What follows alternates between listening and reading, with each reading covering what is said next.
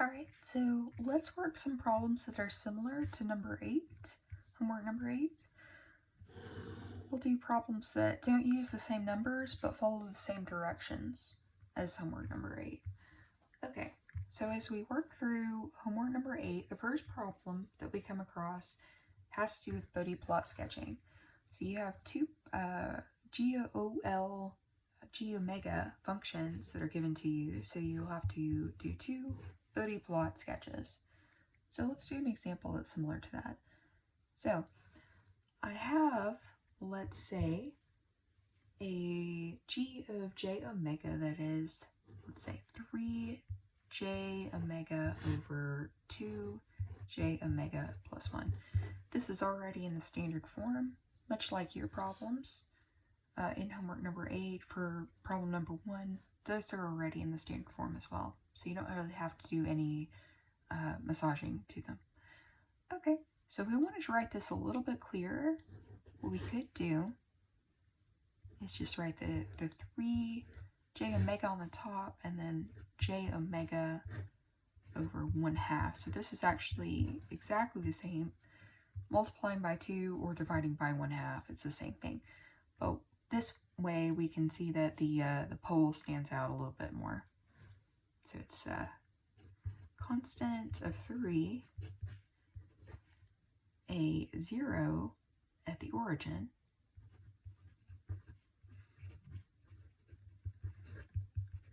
and then we have a pole at omega equals 0.5. So that makes it very clear.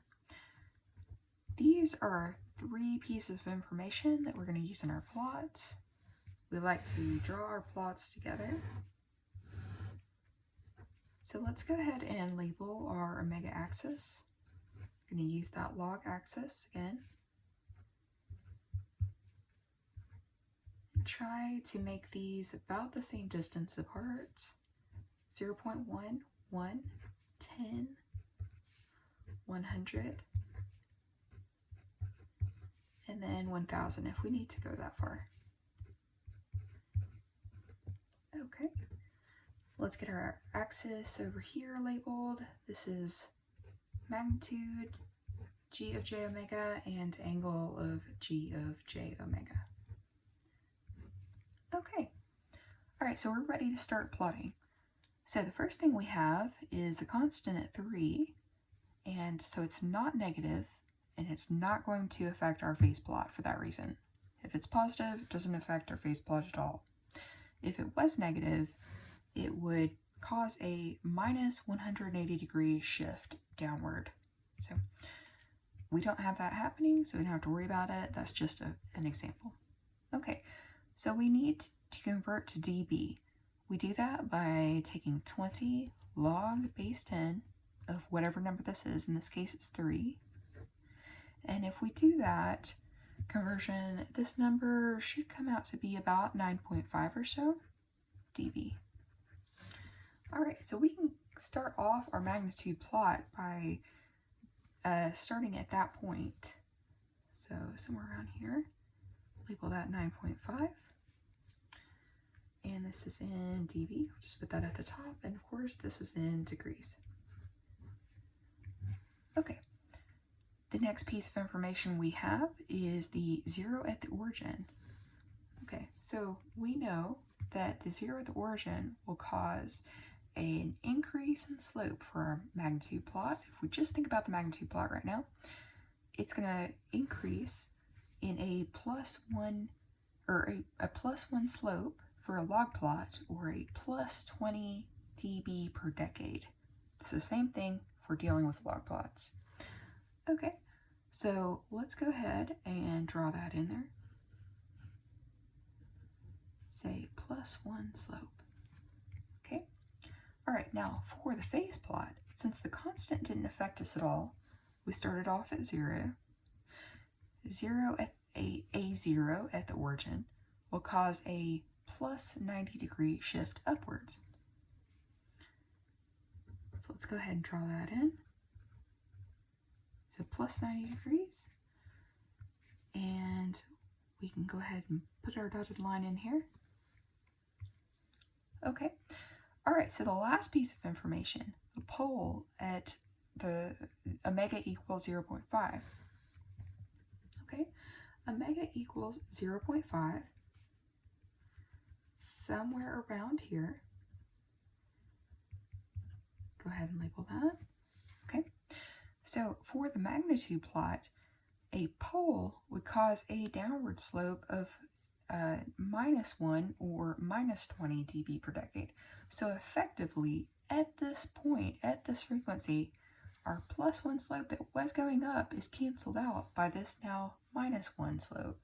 So we're left, once again, just at this point and onward with a slope of 0. So it's just a flat line. We had a 0 that increased our slope. Now we have a pole that brings it back down, so those cancel out and it's just a level line. All right, so we have an effect also on the phase plot. Since we have a pole, we would have a phase shift of downward 90 degrees. So zeros bring it up. They're on the numerator. You can think of it as numerator brings you up, and pole's denominator brings you down. So what we have to do is at omega equals 0.5, we should be at half of our effect. So minus 90 degrees, half of that, minus 45 degrees. Okay, so we should be taking 45 degrees off of whatever we were starting with. Let's go ahead and mark that. That would bring us to 45 degrees if we're subtracting half of it off. And this we can think of isolated within the decade. So we have that shift from minus 90 degrees caused by the pole occurring within the decade. Okay, half of its effect happens at the frequency here at the pole itself, and then by the end of the decade we've reached the full effect. So we have the full effect, just marking that right there, connecting that. Okay, so we started off plus 90, and then we start at our beginning of our decade, which is the 0.1, and we start decreasing. We reach our midway point at our frequency of interest, that omega equals 0.5, and then by the end of the end of the decade, we have reached the full effect of that pole. So we've subtracted off the whole 90 degrees. Okay, and we have nothing else to graph for this Bode plot, so it's going to remain at 0. I'm going to go ahead and label the 0 degrees. So this is a pretty simple Bode plot, but this is the finished product. There's nothing else to graph for this. Okay, that's the complete one. All right, so our second problem in the homework, now there are 2 of these, but this is good enough, I think. Our second problem was to deal with the standard form. Okay, so the point of the standard form is really to make it easier rather, to graph the Bode plot. And so let's do an example. Let's say we have a g of j omega, and let's say we have a 50, we'll have a 0 up here, we'll have another 0, we'll have a couple of poles, let's say something with a negative sign, just like this. Okay, all right, so what we want to do is leave our constant until the very end. We'll go ahead and simplify that at the very end when we've factored out everything that we need to do. So let's just start by examining the non-origin frequencies here. Okay, so what I'm going to do, I'm going to rewrite the 50 and the j omega at the origin. So say for just this part right here, this j omega plus 20, what I want to do is divide by 20 and ideally get this j omega plus 1. It can be divided by something, and then I can multiply by that something on the outside. So in this case, the n would be equal to 20, and this I can combine later with our other constants. So that's what I'm going to do. J omega, and just divide by 20. Now, if we divide by 20, we have to multiply it. Oh, oops. Sometimes you still make a mistake. Yeah, you still have to multiply it. So effectively, we've done nothing here. We've not changed any values. And we want to do that. We don't want to change the problem. Okay, so I'm going to go ahead and carry the negative sign here. Again, dividing by 50. And if I divide by 50, then I'm going to have to multiply by 50.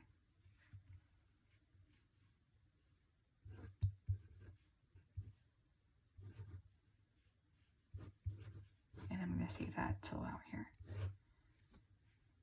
All right, here, multiplying by the 2 and multiplying by the 50. Okay, so let's go ahead and put the negative sign in here. All right, and I divided by just like this. All right, so one more line, simplifying this together.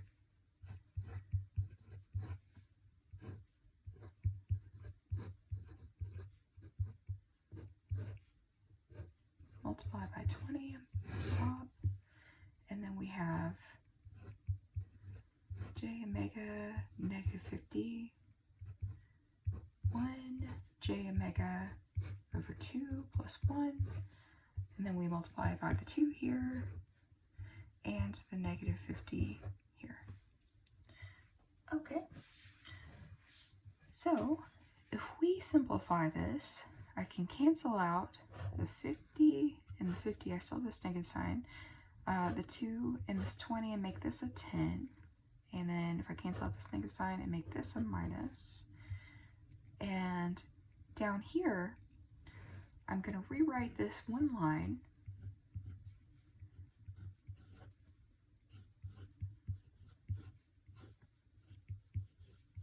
numerator is staying the same, but there is something I want to call attention to. I'm going to change on the denominator. Okay. And I'm just writing 50 down here. I'm not writing negative 50. So there's a very small chance to regret all that, but this is the standard form. So why did I not write negative 50? Negative 50 would be a negative critical frequency, right? It would be a pole at frequency of negative 50. Well, we deal with positive frequencies only. You can think of the whole frequency spectrum as being reflected, and the negative frequencies and the positive frequencies being essentially the same thing. If you calculate a positive frequency or a value at a positive frequency, then you've also discovered the negative frequency value as well. So I only have to do the work once. In that case, I can write a positive frequency here. I don't want to graph this again to make the negative frequency spectrum. So that's why I've changed the sign here. I can do that since we are dealing with frequency. Okay, so here we've got the standard form, and that's all there is to it. We want to make sure that we've got our constant clearly visible, we've got our zeros clearly visible, and so I can pick out very easily that I've got a 0 at the origin and a 0 at frequency equal 20, omega equal 20, and also the poles on the bottom here. We have a pole at omega equals 50 and also one at omega equals 2. Okay, and then we can use this information to craft a Bode plot. And for this example, if we were to draw the Bode plot, since we have that negative sign, we'd have a negative 180 shift starting off in our phase plot. Okay, let's keep going. So the next problems that we had were the Nyquist problems. And so if we look at problem number 3,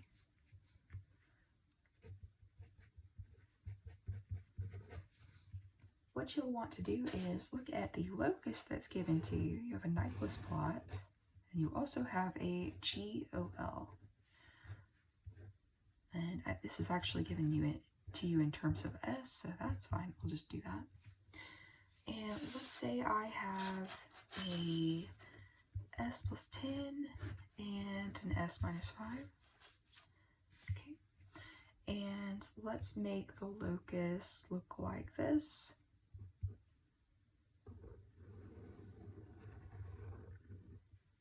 Okay, and say it goes like this. Okay. All right.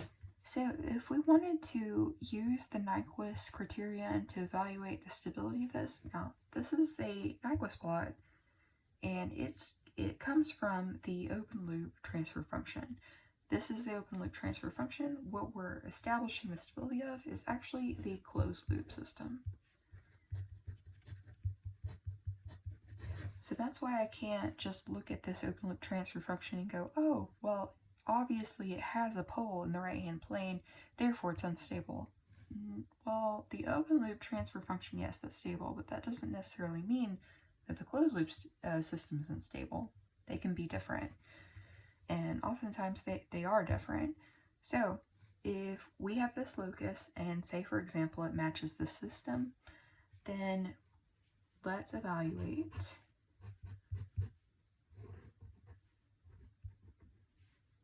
our Nyquist stability. And essentially we want to check and see if this equation holds true. The number of encirclements of -1 in the clockwise direction has to equal the number of poles of the open loop transfer function that exist in the right-hand plane. So number P is equal to 1 in this case because I have one pole in the right-hand plane. Okay, so this equation does call for the clockwise encirclement. That would be going this direction, or like that.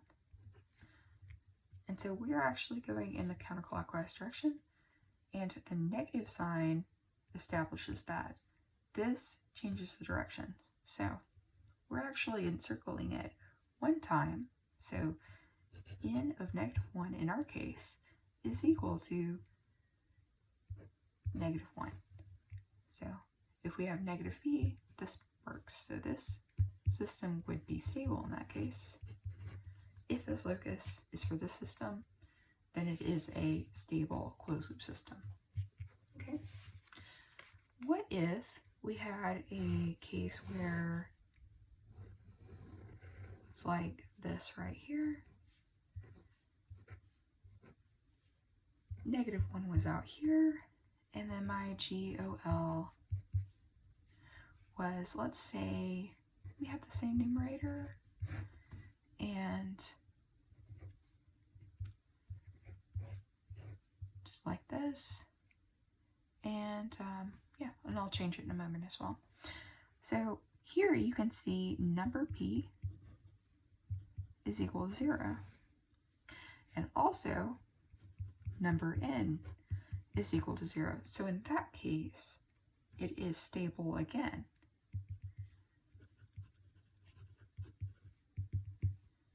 All right, so let's change this again. What if I have, let's say we put our, well, let's make this an 8 actually, so it's not exactly the same. So you can see that I now have one right-hand plane pole. So number P is now 1, but still our encirclements are 0. So in that case, it would be unstable. Okay, and that's really all there is to it, using the locus here.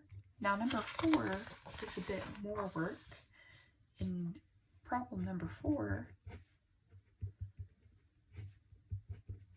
you are given a bunch of numbers that represent values taken, say, from a Bode plot, and you're also given the open loop transfer function, and you not only have to craft the Nyquist plot, but then you have to use the evaluation criteria. So let's go ahead and do an example like that. Let's say I have magnitude and phase that are given to me. And let's say my magnitude decreases. Say 10, 9, 5, 3, 2, and 1. We'll do 6 points. And then for the phase, we have 0, and we'll go negative 45, negative 90. We'll get that data point on the axis. Another axis at negative 180. We'll do 1 in between at 210, and then negative 360 to complete the locus. Okay, let's go ahead and graph these points first. I have a real axis and the imaginary axis, and magnitude, our first point, magnitude is 10, so we'll put it here, and that's at 0, which is the real axis right here. And then as we move downwards, moving a negative phase is moving downwards like this in the clockwise fashion. And so negative 45 degrees, 45 right here. And then this would be 9, so it's almost the same, just a little bit less. And I'm going to wait until the end to connect all my dots, so I'll just make them pronounced. Okay. 5 at negative 90, so negative 90 is on this axis, and it's about half. There we go. Okay, go ahead and mark that. All right, so our next point is 3 at negative 180, so that's around here. So this is very important because we want to make sure that we know if we're encircling the negative 1 or not. I'm going to go ahead and mark that negative 1. And then 2 at negative 210. So 210 is just plus 30 degrees off of this axis. Or I'm sorry, negative 30 degrees. So it keeps going in this clockwise fashion. And we'll make that mark right there. That's 2. Well, let's not mark that. That's the magnitude. And then our last point here is 1 at 360. So at 360, going all the way around here on this axis now, on the real axis again, it is 1. So it's not 0, it's right there. And we can mark that one. Okay. All right, so let's go ahead and connect these.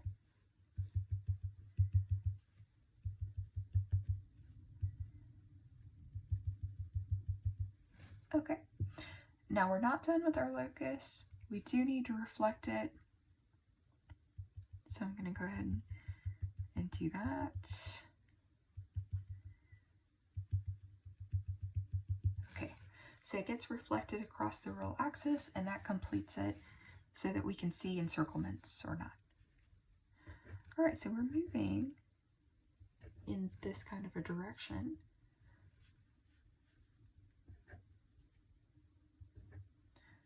Okay, so there we are. And so we can see that we actually have one clockwise encirclement, and then this one as well is also clockwise. So we have 2 total encirclements of the negative 1 point.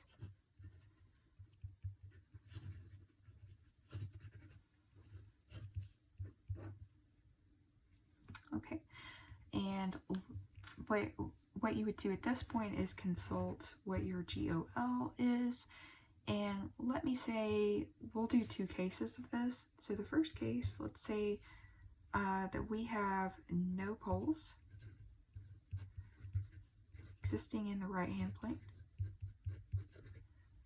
Okay, in that case, this would be unstable. And that is because I have 2 encirclements. These have to equal. Number n has to equal negative number p. So since those are not equal, this would be unstable. And in the second case, let's say that I had 2 poles in the right-hand plane. And let's also say that my directional was changed because I did draw it in the clockwise fashion. So in that case, make sure that you redo that calculation. And if that were the case, then we would have a stable system in that case. And I'm just going to correct those for this second example. Okay, so that's what you'll do. You'll use these points, draw them up here. Remember, you have magnitude, and this direction right here is the negative phase. And connect them up, and then add in your directionals and the total number of encirclements versus the number of poles in the right-hand plane. Your poles will be given to you. And yep, and that's it.